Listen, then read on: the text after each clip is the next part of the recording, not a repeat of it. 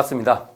정전 이야기꾼 방길튼 교무입니다. 이번 시간에는 참여문 중에서 죄업의 뿌리인 탐진치와 죄업이 청정해지지 못하는 원인에 대해서 살펴보겠습니다. 첫째, 죄업의 근본인 탐진치와 일시적 참회입니다.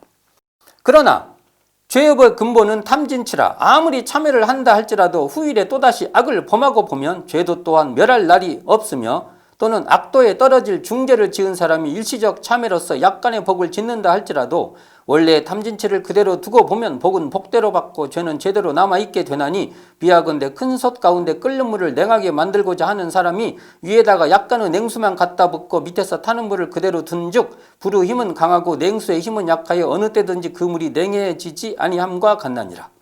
이 대목인데요. 아무리 참회를 한다 할지라도에서 참회를 한다는 것은 구업은 뉘우친다는 말입니다. 근데 뒤에 후일에 또다시 악을 범하고 보면은 신업을 다시 짓지 않는다는 것입니다. 여기서 나오는 큰 솥은 아마 가마솥을 비유해서 말한 것일 것입니다.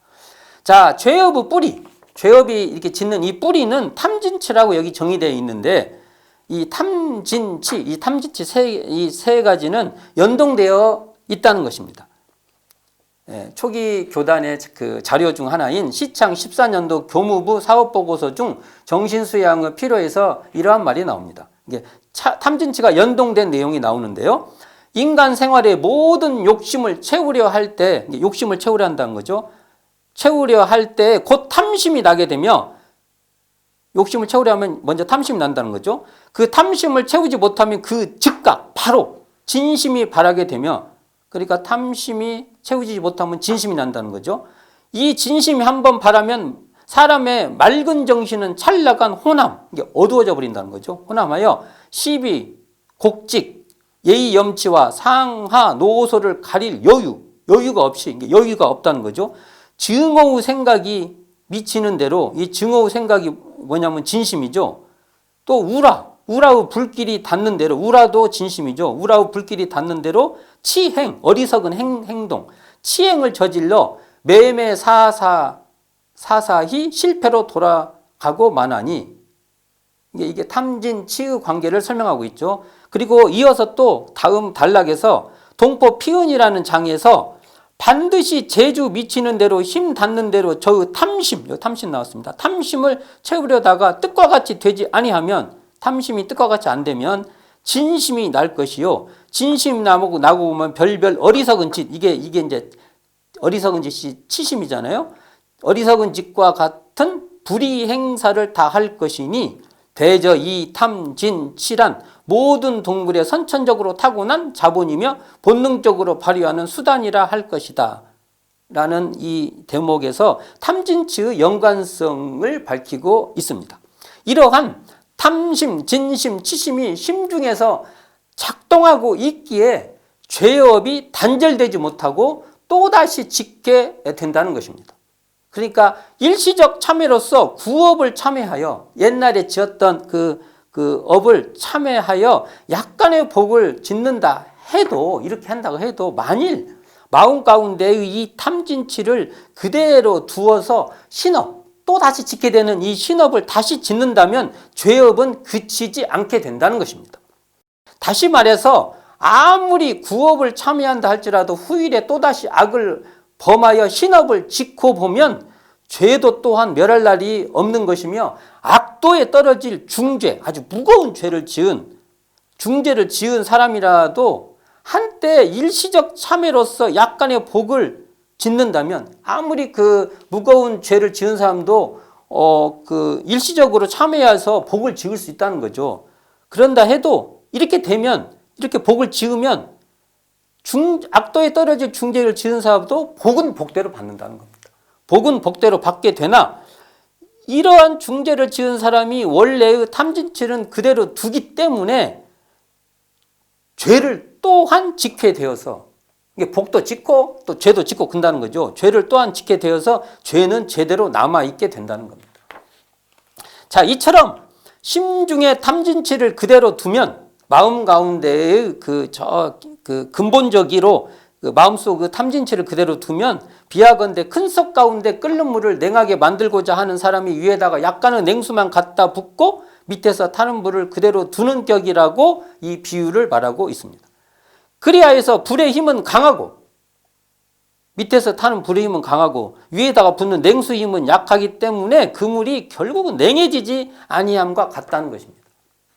즉 이걸 이제 말을 더 다시 말해보면 과거에 지었던 전과 과거에 지었던 옛날에 지었던 이 전과를 뉘우치는 일시적 참회심으로써 한두 가지의 복을 짓는 사람은 마치 큰 솥인 이 가마솥 가운데 끓는 물을 냉하게 만들고자 하는 사람이 위에다가 냉수를 약간만 부어요. 조금만 붓는 격이라는 것입니다. 이는 정과 앞에 지난날 지었던 이 정과를 뉘우치는 일시적 참회의 한계성이에요. 이것은 이렇게 하면은 이런 한계성이 있다는 겁니다. 이 한계성으로 일시적 참회로만은 진정한 제대로 된 참회가 되질 못한다는 것입니다. 이것만은 안 된다. 이런 말이죠. 이처럼 심중의 탐진치를 그대로 두고서는 후과를 범하지 않는 사람은 정말 드물다는 겁니다. 거의 없다는 것입니다.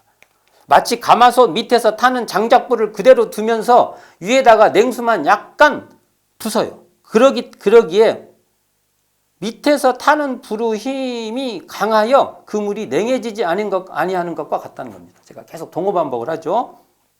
그러므로 아무리 일시적 참회를 한다 해도 심중, 마음속 근원적인 탐진치를 그대로 두고 보면 죄업은 끝내 청정해질 수 없다는 것입니다.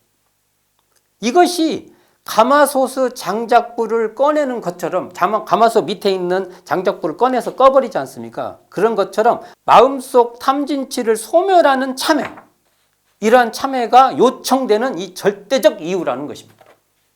반드시 필요하다는 것이죠. 자, 탐진치는 이렇게 탐진치가 우리에게 이 죄업을 지켜야 하는 아주 뿌리라고 한다 할지라도 이 탐진치는 우리의 본성을 더럽히고 오염시킬 수 없다는 겁니다. 이러한 탐진치라 해도 그렇다는 것이죠. 죄업의 근본인 탐진치 삼독심이 어찌할 수 없는 우리의 본성 자리를 깨치면 심중의 탐진치는 힘을 못 쓴다. 사라진다. 이렇게 말할 수 있을 겁니다. 예를 들면 비유한다면 탐진치는 푸른 하늘의 구름처럼 마음에 떠다니는 형상일 뿐이라는 것입니다. 관심을 주고 집착하지 않는 이상 힘을 쓸 수 없다는 것입니다. 그냥 거기에 신경 쓰지 않고 거기에 먹이를 주지 않는 거죠. 이렇게 간과하면 어찌하지 못하게 되니까 관심을 주지 않고 그 관심을 어디다가 둬야 되냐? 우리의 본성과 당처에 참여하는 여기에 관심을 줘야 된다는 겁니다. 죄업의 신경을 끄고서 죄업으로 물들 수 없는 죄성이 공한 죄업의 바탕자리를 직관하면 된다는 겁니다. 마치 구름의 배경인 푸른 하늘에 머물러 감상하는 것과 같다는 것입니다. 자, 둘째, 전과와 후과 그리고 일시적 참회심과 심중의 탐진치의 관계입니다. 세상에 전과를 뉘우치는 사람은 많으나 후과를 범하지 않는 사람은 적으며 일시적 참회로서 한두 가지의 복을 짓는 사람은 있으나 심중의 탐진치는 그대로 두나니 어찌 죄업이 청정하기를 바라리요. 죄업이 청정해지지 않는 이유는 첫째가 전에 지었던 죄과는 뉘우치거나 또는 일시적 참회심으로써 한때의 복을 약간 지키는 하나 결과적으로는 후과를 다시 짓거나 심중의 탐진치를 제거하지 않기 때문이라는 것입니다. 죄업의 근본인 탐진치를 완전히 제거하기 위해서는 죄업에 물들지 않는 우리의 본성 자리에 그쳐 있어야 한다는 것입니다. 자성에는 본래 죄가 없습니다. 죄에 물들지 않습니다. 그런데 이 본성을 망각하고 죄라는 형상에 집착하는 마음에 따라 죄업이 일어난다는 것입니다. 죄는 본래 마음으로부터 일어나는 것이라 마음이 멸함을 따라 반드시 없어지며 업은 본래 무명인지라 자성의 해감을 따라 반드시 없어진다는 것이 원칙입니다. 여기서 무명은 원래 있는 것이 아닙니다. 우리가 무명이라 할 때 무명은 무시 유종, 그러니까 이게 언제 시작되었는지는 몰라요, 우리가. 과거로부터 언제 시작했는지 모르나 우리가 끝낼 수 있다는 것입니다. 끝은 분명히 있다는 것입니다. 자, 자성을 모르는 것이 무명입니다. 마치 바닷물이 바다인 줄 모르고 풍랑에 있는 파도인 줄만 아는 격입니다. 그러나 죄업의 파도도 죄업인 줄 아는 이 마음 당처, 이 마음자리는 그대로 죄업이 청정한 바다인 것입니다. 이 자리를 자각하면 그렇다는 것이죠. 파도가 바다인 줄 알 때 파도는 그대로 바닷물로 드러나는 격입니다. 그러니까 죄업을 짓는 그 당처에서 죄업이 물들지 않는 그 마음을 우리가 회복하는 것이 참회의 길에서 굉장히 중요하다는 것입니다.